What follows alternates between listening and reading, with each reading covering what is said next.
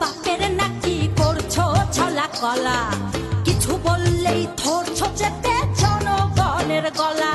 ওর দেশটা তোমার বাপের নাকি করছো ছলা কলা, কিছু বললেই ধরছো চেপে জনগণের গলা।